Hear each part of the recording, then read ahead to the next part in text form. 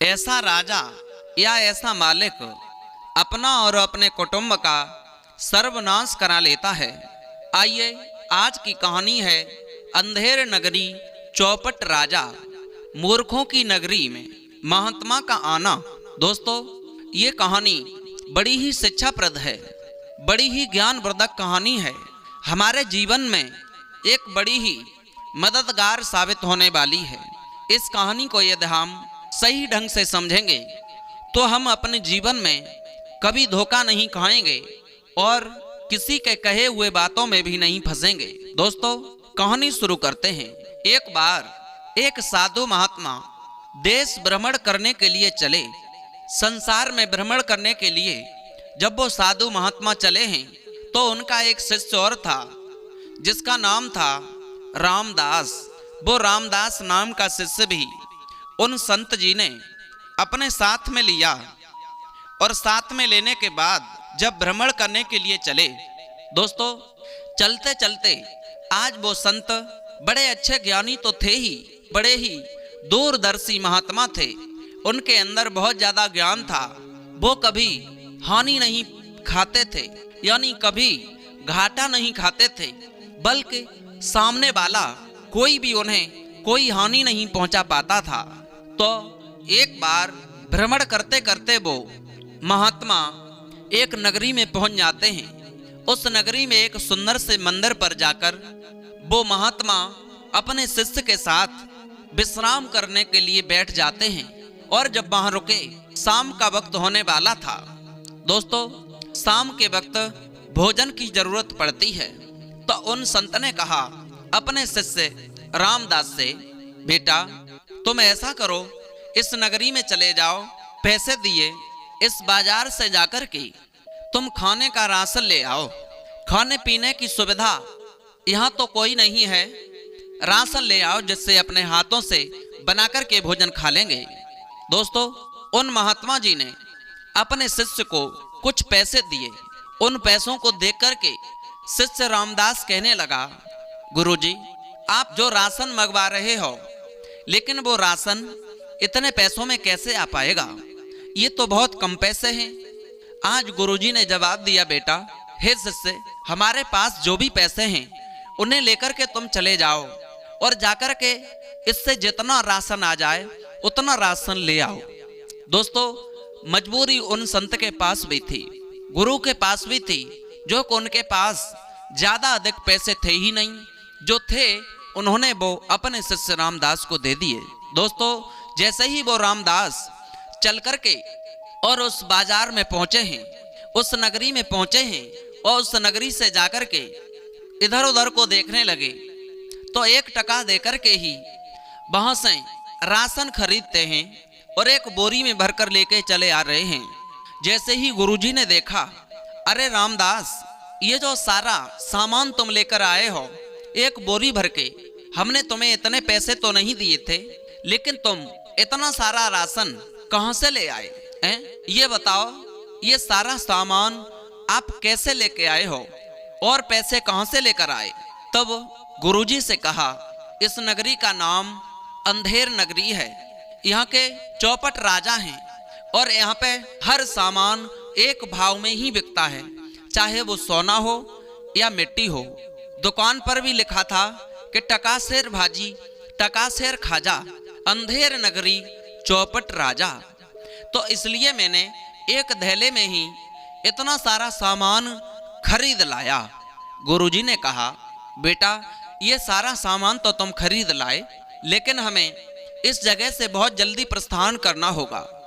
यदि हम इस जगह को छोड़ करके नहीं जाएंगे तो हमें आगे चलकर मुसीबत का सामना करना पड़ सकता है, क्योंकि यहाँ का राजा जो है वो चौपट राजा है, अंधेर नगरी है। यहाँ हर वस्तु एक भाव में बिकती है, चाहे वो झूठ हो या सत्य हो।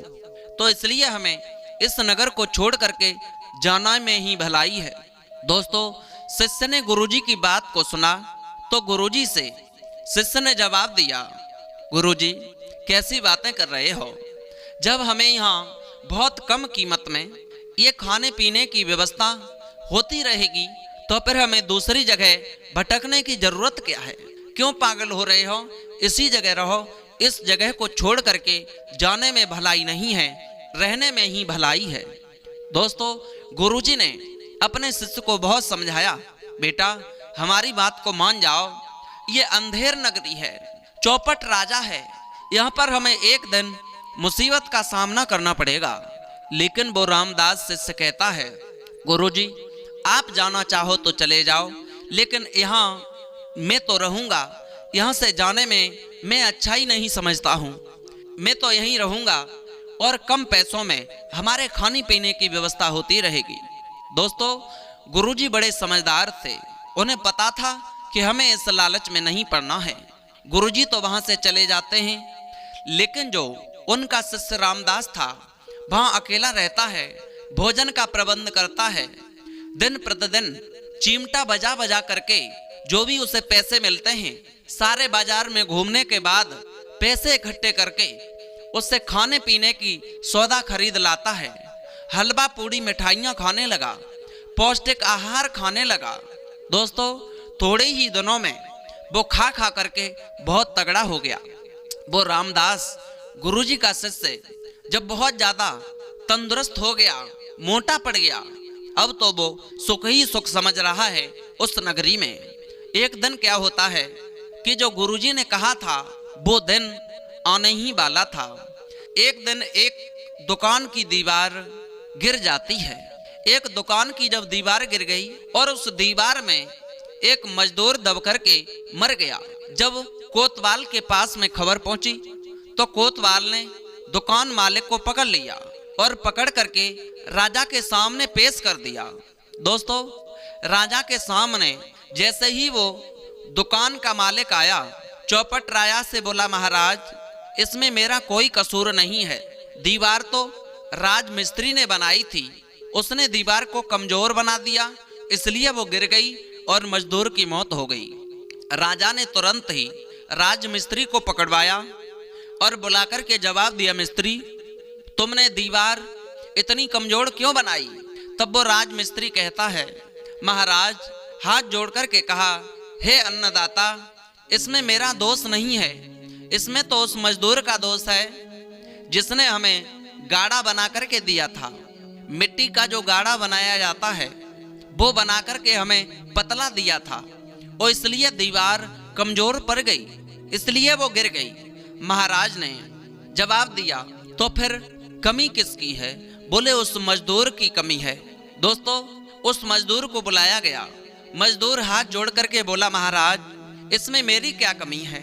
अरे इसमें मेरा दोष नहीं है, मैंने तो पानी जो डाला था ना, उस समय पे एक रामदास नाम का एक बाबा चिमटा को बजाता हुआ चला आ रहा था और उसके चिमटे की आवाज को सुनकर के मैं ऐसा मंद मुक्त हो गया कि मुझे यही नहीं पता पड़ा, मैं इतना मस्त हो गया उस चिमटा की ध्वनि में, जो मैंने ये नहीं देख पाया कि इस गारे में जो मैंने पानी मिलाया था वो कितना मिला रहा हूँ। इसीलिए रामदास की कमी की वजह से उस चिमटा की धुन को सुनकर के ये पानी को ज्यादा मिल गया, इसलिए वो गाला गीला हो गया और ये दीवार कमजोर हो गई।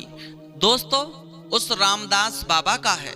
जैसे ही उस राजा ने सुना तो राजा ने, उस चौपट राजा ने अंधेर नगरी के चारों कोनों को घिरवा लिया और जवाब दिया, जाओ उस दोषी को ढूंढ करके लाओ जो बाबा रामदास है जो चिमटा बजाता है। दोस्तों, आज जैसे ही बाबा रामदास चिमटा को बजाते हुए आगे को भिक्षा करने को जा रहे थे, तब तक क्या होता है, वहां वो रामदास बाबा के पास बे राजा के भेजे हुए सिपाही चले आए और उन सिपाहियों ने जवाब दिया, अरे रामदास बाबा, अरे ये चिमटा बजाना अब बंद कर दो, तुम्हें भजन करने की जरूरत नहीं है, तुम तो गुनाहगार हो, आज तुम्हें फांसी लगाई जाएगी, हमारे महाराज ने तुम्हें बुलाया है। दोस्तों, जैसे ही महाराज के सामने रामदास को पहुंचाया गया, रामदास हाथ जोड़कर बोले, महाराज मुझे फांसी क्यों लगाई जाएगी? जवाब दिया, तुमने एक मजदूर को मार दिया। बाबा जी ने जवाब दिया, मैंने किसी मजदूर को नहीं मारा। कहने लगे, ठीक है, तुमने मजदूर को नहीं मारा, सारी हकीकत बताई है कि जो एक मजदूर था वो तुम्हारे चिमटा की ध्वनि में इतना मस्त हो गया था कि उसने पानी ज़्यादा मिला दिया। गारे में पानी ज़्यादा मिलने से दीवार कमजोर हो गई, वो दीवार गिर गई और एक मजदूर मर गया। उसके दोषी तुम हो। अब तुम्हें फांसी की सजा सुनाई जाती है और तुम्हें फांसी लगाई जाएगी। दोस्तों, जैसे ही उस फांसी के फन्ना पे झुलाने के लिए रामदास को पहुंचाया गया, रामदास सोचने लगे, जो गुरुजी ने मुझसे कहा था कि एक दिन इस नगर में हमारे ऊपर मुसीबत का पहाड़ टूटेगा, हमें मुसीबत का सामना करना पड़ेगा, वही दिन आ गया। मैं गुरु की बात मान लेता तो आज मुझे फांसी पर नहीं झूलना पड़ता, बिन मौत नहीं मारा जाता, लेकिन मैंने ये बहुत बड़ी भूल कर दी। दोस्तों, वो तो अपनी करनी पे रामदास पछता रहा था, वो बाबा पछता रहे थे।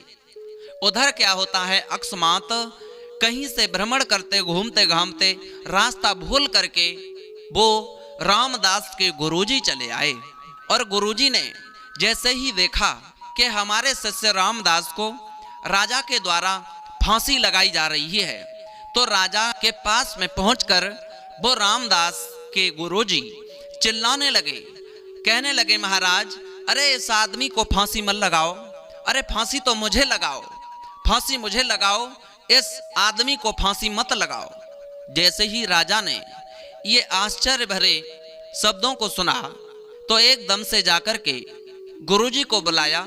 राजा ने पूछा, अरे उस व्यक्ति को तुम क्यों फांसी नहीं लगाने दे रहे और तुम स्वयं फांसी क्यों लगवाना चाहते हो? जवाब दिया, महाराज, ये बात मत पूछो, मुझे पहले फांसी लगा दो, ये बात मैं तुम्हें नहीं बताऊंगा, मुझे फांसी लगाओ। एकदम से दोस्तों, जैसे ही जल्लाद रामदास को फांसी लगाने वाले थे, तब तक महाराज ने आदेश किया, जल्लादो, इस रामदास को अभी फांसी मत लगाओ, पहले इस व्यक्ति की, इन बाबा जी की बात को सुनो। और उत्सुकता बढ़ती चली गई राजा की।